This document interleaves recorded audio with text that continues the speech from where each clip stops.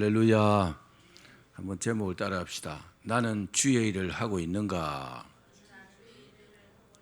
다시 한번. 나는 주의 일을 하고 있는가?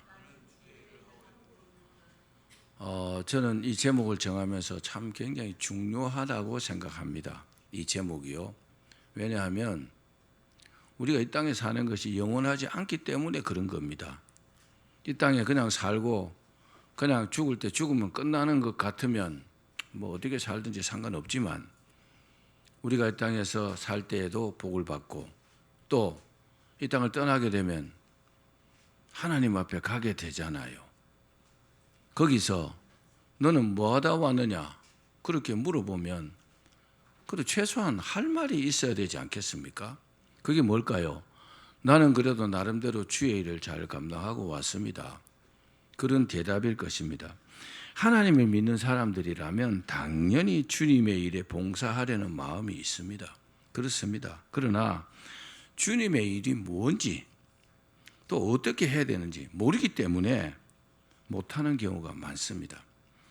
일반적으로 주의 일이라면 주의 종인 목사님의 일이 아닌가 그렇게 생각할 수 있습니다. 그러나 오늘 말씀에 보면은 뭐라고 합니까? 사도 바울이 성도들에게 이렇게 말합니다. 항상 주의 일에 더욱 힘쓰는 자들이 되라. 누구의 일에요? 주의 일에. 항상 주의 일에 더욱 힘쓰는 자들이 되라. 성도들도 주의 일을 해야 된다는 그런 말씀입니다. 그래서 교회 일은 목사 혼자만 하는 일이 아닙니다. 오해하시면 안 됩니다. 여러분 모두도 하나님의 자녀들이기 때문에 같이 주의 일에 동참해야 하는 것입니다. 그래서 오늘은 주의 일이 무엇인지 또 어떻게 해야 되는지 또 주의 일을 하면 어떻게 되는지에 대해서 말씀드릴 때에 큰 은혜의 시간이 되시기를 주의 이름으로 축원합니다.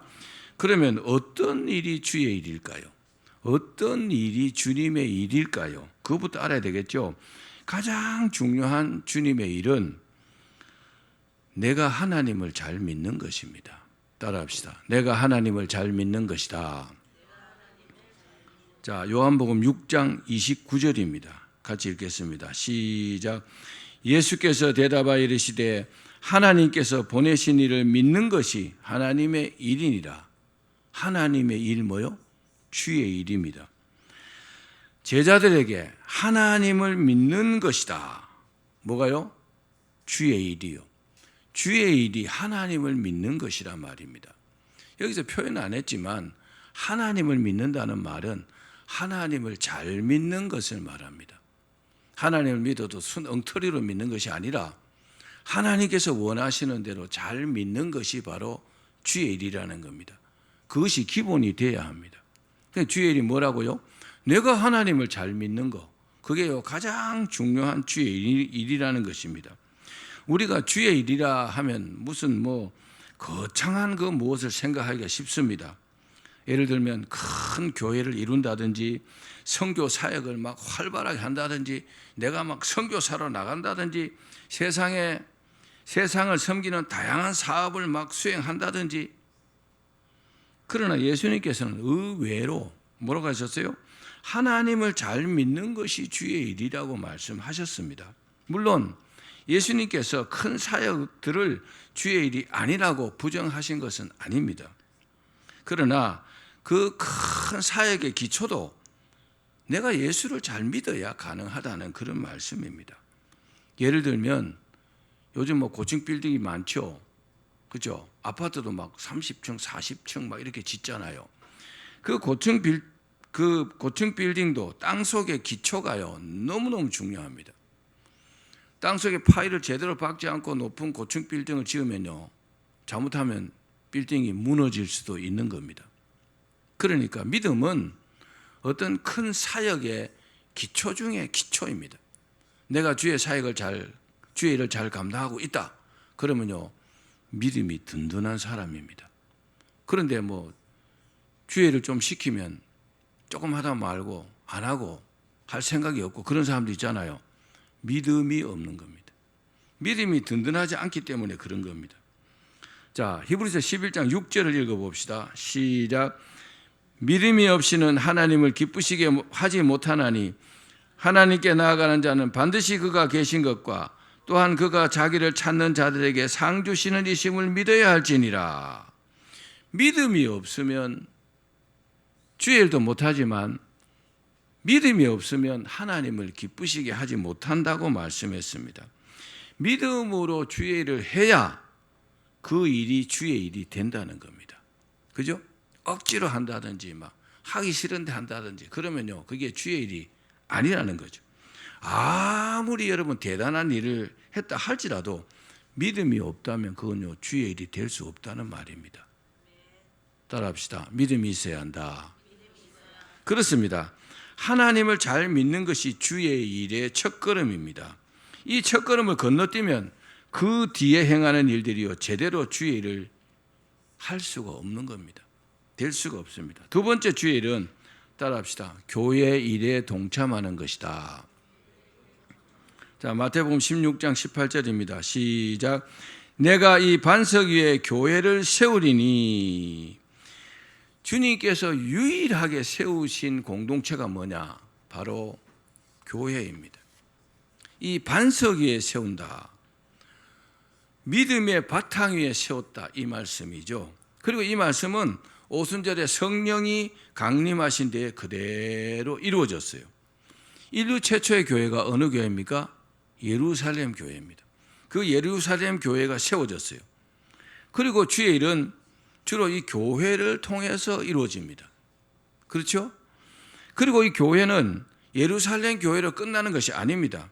예루살렘 교회에서 파송된 사람들에 의해서 곳곳에 교회들이 막 세워지게 됩니다. 그리고 그런 교회를 통해서 주의 일이 이루어졌습니다. 그러나 중요한 점은 교회라고 다 같은 교회가 아니라는 사실입니다. 요한계시록 2장에서 3장을 보면 소아시아 7교회가 나옵니다. 7교회 나오죠. 그런데 이 교회들에 대한 평가가 주님의 평가가 다 다릅니다. 서머나 교회 또 빌라델비아 교회처럼 칭찬만 받은 그런 교회도 있습니다. 그런데 에베소, 버가모, 두아디라 4대 교회는 칭찬도 받고 책망도 받았습니다. 그런데 책망만 받은 교회가 라오디게아 교회입니다. 칭찬을 하나도 받지 못했습니다. 7교회가 전부 주님께서 세우신 교회입니다. 맞죠? 그렇습니다. 전부 칭찬만 받은 곳은 2곳밖에 없습니다. 나머지 5곳은요 칭찬만 받지 않았음에도 불구하고 나머지 5교회는 문 닫으라고 하지 않았다는 겁니다. 계속 주의 일의 도구로 사용을 했습니다. 그렇습니다. 중요한 점은 주님께서 주님의 일의 핵심적인 도구로 교회를 사용하신다는 겁니다. 실제 그렇잖아요. 교회를 통하지 않고 주의 일을 하는 경우가 거의 없습니다. 그래서 우리가 주의 일을 위해서 교회 사역에 동참해야 하는 것입니다. 아멘. 여러분 교회 일에 열심히 동참하시기를 바랍니다. 세 번째 주의 일이 뭘까요? 따라합시다. 내가 받은 사명을 수행하는 곳이다. 다시 내가 받은 사명을 수행하는 것이다. 네, 마태복음 28장 19절 20절입니다. 같이 읽겠습니다. 시작. 그러므로 너희는 가서 모든 민족을 제자로 삼아 아버지와 아들과 성령의 이름으로 세례를 베풀고 내가 너에게 분부한 모든 것을 가르쳐 지키게 하라. 볼지어다 내가 세상 끝날까지 너희와 항상 함께 있으리라 하시니라. 아멘. 여러분 이 말씀은 모든 그리스도인들에게 주신 사명입니다. 그러니까 저도 여러분도 동일하게 이 사명을 받았다는 사실입니다. 우리가 이 말씀에 순종하여 복음을 전하는 것이 바로 뭐라고요? 주의 일이라는 겁니다. 내가 믿는다면 내가 믿는 그 하나님, 내가 믿는 그 예수님을요 다른 사람들에게 전달해야 하는 것입니다. 그 사람이요 주의 일을 하고 있는 겁니다. 마태복음 15장 16절 말씀 읽어봅시다. 시작. 이같이 너희 빛이 사람 앞에 비치게 하여 그들로 너희 착한 행실을 보고 하늘에 계신 너희 아버지께 영광을 돌리게 하라. 아멘. 그렇습니다. 우리가 세상에서 빛과 소금의 역할을 감당하는 것, 그게 뭐라고요? 주의 일이라는 겁니다. 세상에는요 별별 사람이 다 있죠. 거짓말쟁이, 사기꾼, 못된 놈들. 그 반면에요 참 착하고 성실하게 어질게 베풀며 이렇게 살아가는 사람들 어우러서 같이 살아갑니다. 우리는 그리스도인들이기 때문에 빛과 소금의 역할을 감당한다는 것은 내가 선하게 남을 위해서 산다는 겁니다. 다른 사람을 도와주면서 산다는 겁니다. 아멘. 그게 뭐라고요? 바로 주의 일이라는 겁니다. 우리가 이것이요 바로 주님께서 주신 사명이라는 겁니다. 착하고 선하게 살아야 되지만 복음을 전해야 된다는 거죠. 믿지 않는 사람들에게 예수님을 전달하는 것이 주의 일입니다. 자, 그러면 우리가 주의 일을 잘 하려면 어떻게 해야 될까요? 무엇보다도 믿음이 견실하며 흔들리지 말아야 합니다. 본문 58절에 보면 견실하며 흔들리지 말고 이렇게 말씀하고 있습니다. 그렇습니다. 만일 우리의 믿음이 흔들흔들한다면 나무가 뿌리째 흔들리는 것과 같습니다. 그러면 우리가 주의 일을 하고 싶어도 제대로 할 수 없어요. 믿음이 흔들리면 믿음이 주의 일을 할 수가 없습니다. 내 믿음도 지탱하기 힘든 상태에서 어떻게 주의 일을 감당할 수 있겠습니까? 불가능하죠. 참나무가 외부 충격을 잘 견디는 나무입니다. 참나무가요, 나무 자체도 단단하지만 태풍이나 어떤 외부 충격에도요, 소나무가 굉장히 강합니다. 그 이유는요, 두 가지입니다. 하나는 뭐냐? 뿌리가요, 아주 수직으로 깊이 뿌리를 내린다고 합니다. 뿌리를 깊이 내리니까 잘 안 흔들리겠죠? 그리고 깊이 뿌리를 내리면서 또 옆 가지를요, 쫙 이렇게 펼친다고 합니다. 그러니까 웬만한 외부 충격에도요, 소나무가 넘어지지 않고 또 잘 자라는 겁니다. 그래서 참나무로 무엇을 이렇게 만들어 놓으면 굉장히 단단한 겁니다. 그 뿌리에서요, 많은 영양분을 이렇게 공급받기 때문에 그렇습니다. 이처럼 이 믿음의 뿌리를요, 믿음의 주님이신 예수님께 깊이 또 넓게 이렇게 내리고 있는 사람들은 믿음이요, 흔들리지 않습니다. 환란이 와도 폭풍이 와도, 그죠? 어려움이 와도 절대로 흔들리지 않습니다. 여러분들이 그런 믿음을 가지시기를 바랍니다. 그런데 우리의 믿음이 흔들리는 가장 큰 이유가 있습니다. 그게 뭐냐? 바로 마귀와 귀신들이 흔들기 때문입니다. 구체적으로 마귀와 귀신들은요, 이 시대의 풍조를 통해서 우리의 믿음을 막 흔듭니다. 예를 들면 상대주의입니다. 따라합시다. 상대주의.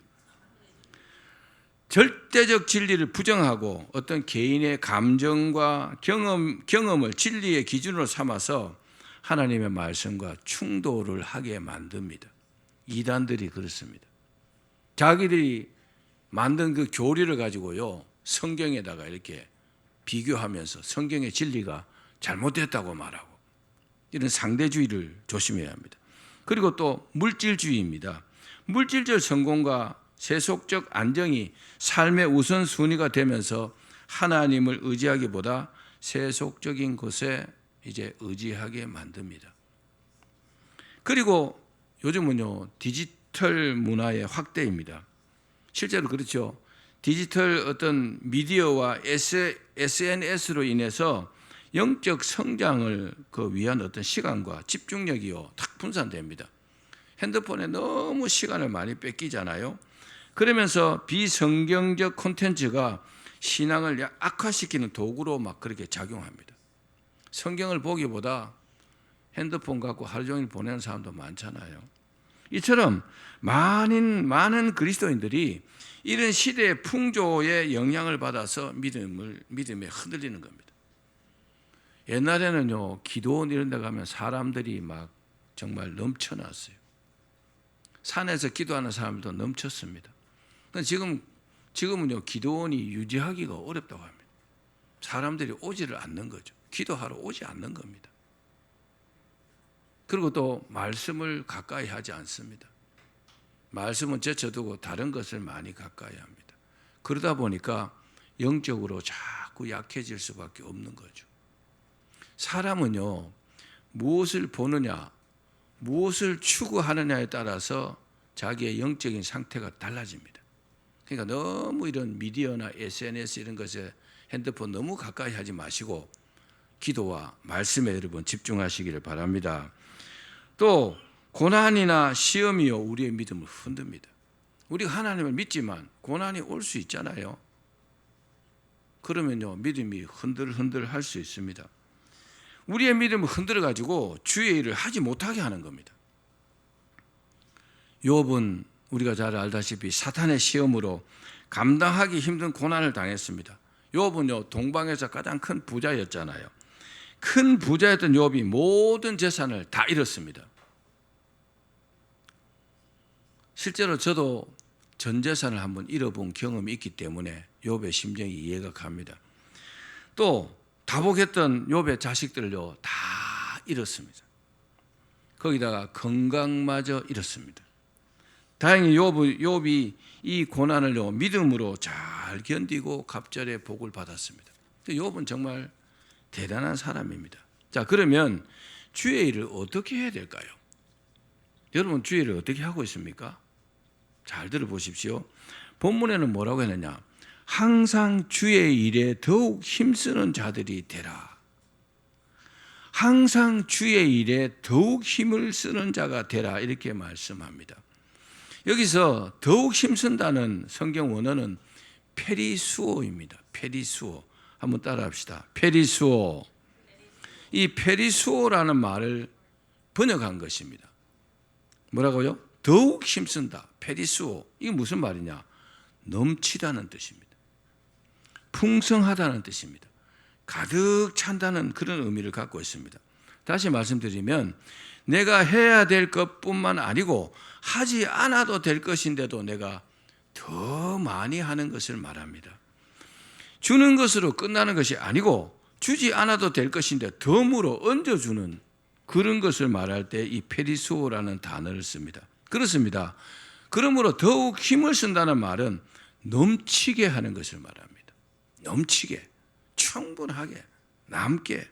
그럼 어떻게 주의 일에 힘을 쓸 수 있을까요? 고린도후서 5장 14절입니다. 시작. 그리스도의 사랑이 우리를 강권하시는 도다. 여러분 주님의 일에 정말 열정적으로 열심히 하는 사람들이 있죠. 왜 그렇게 열정적으로 자기의 모든 것을 헌신하면서 어떤 사람들은요 목숨까지 바쳐가면서 그렇게 할까요? 그렇게 할 수 있을까요? 그 이유는요 딱 한 가지입니다.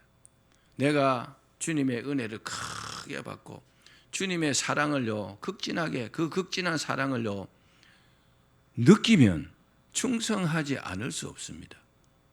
아멘. 우리가 죽을 병에 내가 만약에 죽을 병에 걸렸는데 하나님께 살려주셨어요. 그러면 죽을 목숨을 살려주셨으니까 주님께 보답할 수 있는 게 뭐예요? 헌신하고 충성하는 거겠죠. 그런 겁니다. 요한복음 12장에 보면 마리아가요 예수님의 발에다가 300데나리온이나 되는 그 향유를요 이렇게 부었어요. 그러니까 막 제자들 중에서 못된 놈들이 난리가 났어요. 왜 그렇게 비싼 것을 허비하느냐고. 이 300데나리온은요 1년 연봉 정도 됩니다. 그 당시에 1년 연봉 정도 되는 그 귀한 향유를 왜 예수님의 발에다가 붓는 거죠? 그거 팔아가고 가난한 자들에게 나눠주면 더 좋지 않느냐고 그렇게 했습니다. 그런데 마리아가 왜 그랬을까요? 여러분 이런 설교를 많이 들으셨겠지만 마리아가 왜 부었는지는 생각 안 해보셨죠? 그 300데나리온이나 되는데 마리아의 오라비가 누굽니까? 나사로입니다. 죽었던 나사로를 살려주셨잖아요. 그보다 더 감사한 일이 있습니까? 그러니까 300데나리온의 향유가요 아깝지 않은 겁니다. 그래서요 마리아가 그 예수님께 부었던 겁니다.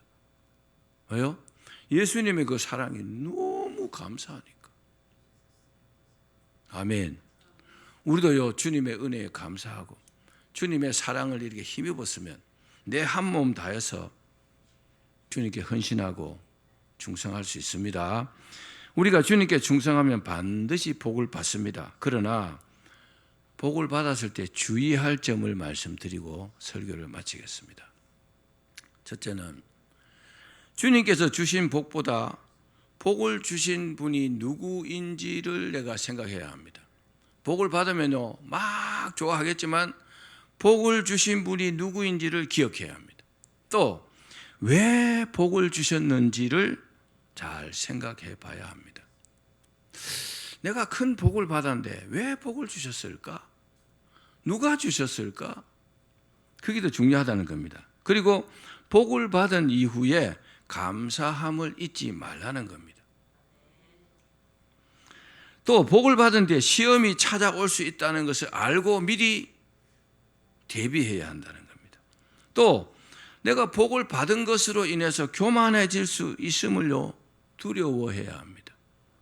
갑자기요 그런 로또 복권에 당첨되었고 망한 사람들 많더라고요.